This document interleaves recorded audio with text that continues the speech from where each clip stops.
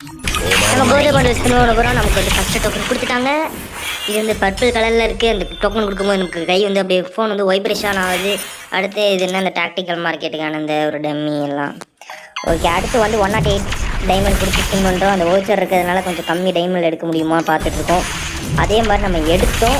கம்மி டைமண்ட் சொல்ல முடியாது, ஒரு 5K டைமண்ட் ஆச்சு நமக்கு ஸ்பின்னிங் பண்ணும்போது. நீங்கள் பாருங்கள். இப்போ வந்து நம்மளோட ஒரு சப்ஸ்கிரைபர் வந்து கேட்டார், என்ன ப்ரோ நீங்கள் கம்மியான டைமண்டில் எடுத்து நீங்கள் வந்து அதிகமான டைமண்ட் வந்து தமிழில் வைக்கிறீங்க அப்படின்னு கேட்குறாரு. ஏன்னா நம்ம வந்து ஸ்டார்டிங்கே பார்த்தீங்கன்னா அதிகமாக டைமண்ட் இருக்கும் நீங்கள் ஸ்பின்னிங் போகும்போது. அது அப்படியே இல்லாமல் லாஸ்ட் எண்டிங்கில் வந்து இருக்காது. ஏன்னா நான் வந்து தமிழில் அப்படியே கட் பண்ணி தூக்கிடுவேன் கைஸ். இந்த எடுக்கிறத மட்டும் நான் தூக்கி கட் பண்ணி போட்டுருக்கேன். ஓகேவா கைஸ்? இப்போ வந்து நமக்கு எத்தனாவது டோக்கன் கொடுத்துருக்காங்க? கிட்டத்தட்ட இது வந்து ஃபோர்த் டோக்கன் கொடுத்துட்டாங்க. ஓகே,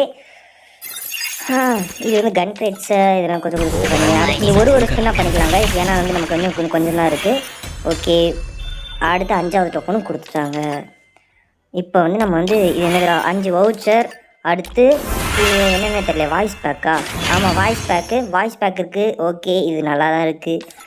டிஃப்ரெண்ட்டாக கொடுத்தாங்க. இதுலையாவது கொஞ்சம் நல்லா தான் கொடுத்துருந்துருக்கலாம். அடுத்து இது 3rd வந்து இந்த ரம்பம், இது எதாவது கட்டானான்னு நினைக்கிறேன், இல்லை பேட்டா. இது அடுத்து வந்து நமக்கு வந்து இந்த பேக் கொடுத்துட்டான். இப்போ 5th வந்து நம்ம கோஜோ பண்டில் கிளைம் பண்ண போகிறோம். கிளைம் பண்ணியாச்சு. இதில் வந்து எனக்கு என்ன 80, 67, 55ன்னு சொல்லிட்டு ஏதோ நம்பர் மேலே கொடுத்துருவாங்க. எனக்கு ஒன்றுமே புரியல இது என்னதுன்னு. சரி, இப்போ ஓகே கொடுத்து கிளைம் பண்ணிக்கலாமா காய்ஸ்? என்னடா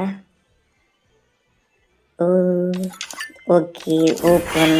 இதுக்கு வந்து ஜம்ப் எஃபெக்ட்டு இருக்குது. ஓகே, ஒரு நல்ல பண்டில் தான் உங்களுக்கு.